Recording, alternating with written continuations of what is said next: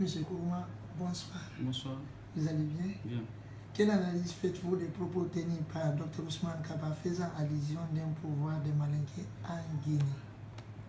D'abord, j'ai formellement donné mon opinion là-dessus en faisant une déclaration condamnant les propos du Dr Ousmane Kaba, mais également tous les autres propos tenus par des hommes politiques qui se reposent sur leur communauté, soit pour conserver ou même pour conquérir le pouvoir. Alors, j'aimerais bien que les gens comprennent que ce n'est pas le discours des Malinké, mais c'est un discours tenu par un homme politique. Donc, cette démarcation me semble être importante pour éviter une interprétation abusive, n'est-ce pas, des actes, des propos qu'il a tenus. En tout tas de causes, c'est des propos qui peuvent être tenus dans un salon que Dieu a fait, qui ont été mis sur la place publique. Et ça doit interpeller tous les hommes politiques guinéens de comprendre que la Guinée n'est pas une carte postale et ce n'est pas une propriété d'une ethnie. La Guinée appartient à tous les Guinéens, nonobstant leur appartenance ethnique ou leurs régions d'habitation. Je crois fermement que ces genres de discours méritent d'être condamnés et punis conformément à la loi. Mais dans un pays où le tissu social est en souffrance, quel impact pourront-ils avoir ces propos sur le processus de réconciliation nationale? Il faut reconnaître qu'il n'y a pas du tout d'autocensure dans le débat politique en Guinée. J'ai l'impression que les hommes politiques guinéens utilisent leur ethnie pour avoir le pouvoir, pour le conserver. Et quand vous voyez la nature des nominations, vous voyez la nature de l'électorat et vous faites une adéquation avec le discours et même la physionomie de la classe politique guinéenne, vous conviendrez avec moi qu'on n'a pas de leader national qui rassemble toutes les communautés, mais par contre nous avons des leaders, n'est-ce pas, qui appartiennent à des communautés ou qui utilisent leur communauté comme moyen, comme bastion électoral. Et ceci infecte naturellement l'exercice de la gouvernance. L'exercice de la gouvernance du pays se trouve être menacé ou corrompu d'ailleurs par le repli identitaire ou les positionnements régionalistes. Et ceci est de nature, naturellement, à affecter le processus de cohabitation pacifique entre les communautés, mais aussi le sentiment d'appartenance à une nation. L'affaire de réconciliation, c'est un autre débat. Pour moi, il n'y a pas de réconciliation à faire entre les communautés en Guinée. Le problème de réconciliation, c'est entre les citoyens et la loi, c'est entre les citoyens et l'autorité. La Guinée, le problème de la Guinée, c'est les conditions ou les modalités de conquête du pouvoir, l'accession de l'élite au pouvoir politique. Tant que ça, ce n'est pas réglementé et garanti par la loi et que ça permette à tout homme, quelle que soit son obédience politique, quelle que soit son appartenance ethnique, à prétendre sur la base d'arguments politiques, sur la base de projets de société et sur la base de valeurs morales, à être choisi par l'ensemble de nos concitoyens comme président de la République, le problème de réconciliation se posera. Sinon, ça n'existe pas. La Guinée n'a pas besoin de réconciliation entre les communautés. Nous avons besoin de réconciliation entre les citoyens et l'État. Nous avons besoin de réconciliation entre les citoyens et la loi. J'ai l'impression que c'est parce que c'est la loi qui est violée.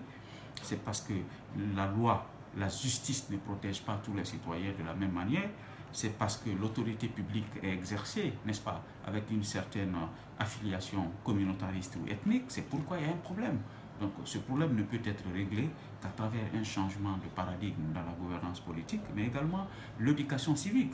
Il faut que les Guinéens se sentent être tous propriétaires de ces 245 000 km², qu'on se sente tous être les deux poumons d'un même corps. Il faut qu'on comprenne dans ce pays que la valeur citoyenne ne s'exerce pas à travers son appartenance à une ethnie. Ça s'exerce à travers la connaissance et la reconnaissance aux valeurs de la République. Mais ces valeurs-là sont méconnues, bafouillées ou galvaudées par l'élite politique. Une fois encore, il faut mettre la balle à terre, il faut que les religieux, il faut que les intellectuels, les hommes politiques, la société civile, la presse, que l'élite politique, c'est eux j'appelle élite politique, tous ces leaders de d'opinion se conviennent ensemble sur un code de bonne conduite, un pacte républicain à ne pas violer qui doit être matérialisé dans nos lois. Une fois encore, l'ethnocentrisme et le régionalisme sont condamnés dans la Constitution, mais jamais un homme politique n'a été condamné pour avoir créé un parti politique sur base ethnique. Il y a eu un fossé entre ce que notre Constitution est et l'esprit de la Constitution, mais aussi la compréhension de cette Constitution par les citoyens de notre pays. C'est la nation guinéenne qui est menacée et c'est la nation qu'il va falloir refonder sur une base démocratique solide et sur la base de nos valeurs culturelles qui sont basées sur la cohabitation, qui sont basées sur l'acceptation, qui sont basées sur l'altruisme ou l'empathie entre les différents groupes ethniques de notre pays. Que dites-vous de la plainte de la cellule Balai citoyen adressée contre Dr Ousmane Kaba? Je précise que c'est une plainte qui a tout à fait son pesant d'or. Mais il faut reconnaître que nous devons, dans un premier temps, prendre des mesures dissuasives pour que la classe politique guinéenne, d'ailleurs, tous qui prennent la parole sur l'espace public, respectent un certain nombre de valeurs. Si ces valeurs-là ne sont pas connues, partagées, vulgarisées et acceptées, toute plainte contre les genres de propos peut être un cas insolite qui ne peut pas prospérer. Parce qu'en longueur de journée, il y a des genres de propos qui sont tenus. Même si ce n'est même pas dans le discours, ça se matérialise même dans la constitution des listes électorales, des listes de candidatures lors des différentes élections, où les femmes sont reléguées au second rang. Vous regardez une liste d'un parti politique, vous voyez que l'ethnie du leader s'enchaîne du début à la fin. 80% de ceux qui succèdent le leader sont de sa communauté. Et c'est valable pour tous les grands partis politiques de la Guinée. Une fois encore, nous devons accepter de siffler la fin de la récréation pour que nous convenons sur un certain nombre de valeurs. La valeur la plus partagée en Guinée, c'est la diversité ethnique. Cette diversité ethnique doit se matérialiser dans les lois et toute personne, par ses propos, par ses prises de position, qui menacerait cette diversité ethnique doit répondre de ses actes devant la justice. Mais de quelle justice s'agit-il? Notre justice, c'est une justice à double vitesse. Il faut reconnaître, cette justice n'a pas les moyens de dire le droit. Cette justice n'est pas composée aujourd'hui de ressources humaines suffisantes, mais la justice est le reflet de la société. C'est la société guinéenne qui est malade. Certains parlent déjà de la levée des l'immunité parlementaire du député. Est-ce que vous comprenez la démarche? D'abord, pour un processus qui est lancé contre un député, il est normal que l'immunité soit levée. Mais en pareille situation, on a vu des députés de l'Assemblée nationale à l'hémicycle tenir des propos de ce genre qui n'ont jamais été condamnés, dont leur immunité n'a pas été levée. Il faut bien qu'on comprenne une fois encore que l'Assemblée nationale doit faire sa propre toilette parce qu'elle est tout sauf une assemblée du peuple. C'est une assemblée des partis politiques. C'est le débat des états-majors politiques qui se répercute à l'Assemblée nationale lors des débats parlementaires. Et une Assemblée nationale où les décisions sont prises sans tenir compte de la voix de la majorité.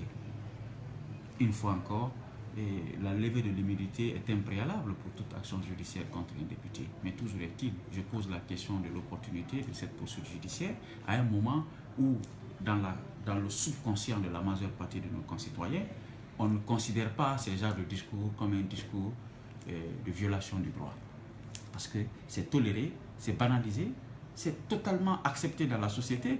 Qu'un peul se lève, il attaque un malinqué, qu'un malinqué se lève, il attaque un peul, et vice-versa. C'est la société guinéenne qui est malade, qui est corrompue par des stéréotypes qui ne sont pas de nature à asseoir les bases d'un débat démocratique pluriel, d'un débat démocratique sur la base de la tolérance. Nous sommes une communauté, la Guinée est composée de groupes communautaires qui ne se tolèrent pas. Et l'intolérance est à la base de tous les problèmes de la Guinée. Donc, une fois encore, la solution se trouve sur le plan judiciaire, la solution se trouve dans l'éducation civique, la solution se trouve dans les réformes politiques, la solution se trouve dans le comportement des hommes.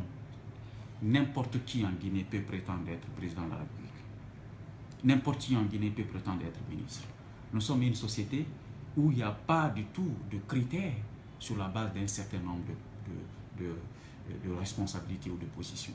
Contrairement à d'autres pays où pour être directeur général de la douane, il faut que l'Assemblée nationale organise un débat sur ta personne, sur la base d'une enquête de moralité. Il faut qu'on fouille derrière, ton parcours depuis l'école jusqu'au niveau professionnel le plus récent. Mais en Guinée, n'importe qui peut occuper des hautes fonctions. On ne se soucie jamais de ce qu'il est véritablement. Ça, c'est un recul, naturellement, des principes démocratiques. Donc, la levée de l'immunité, je pense que elle doit être un préalable avant toute action judiciaire. Et cette action judiciaire, l'opportunité de cette action judiciaire reste à prouver quand on sait que la société guinéenne elle-même tolère et banalise les césars de positionnement ethnique. Merci, docteur. C'est à moi de vous remercier.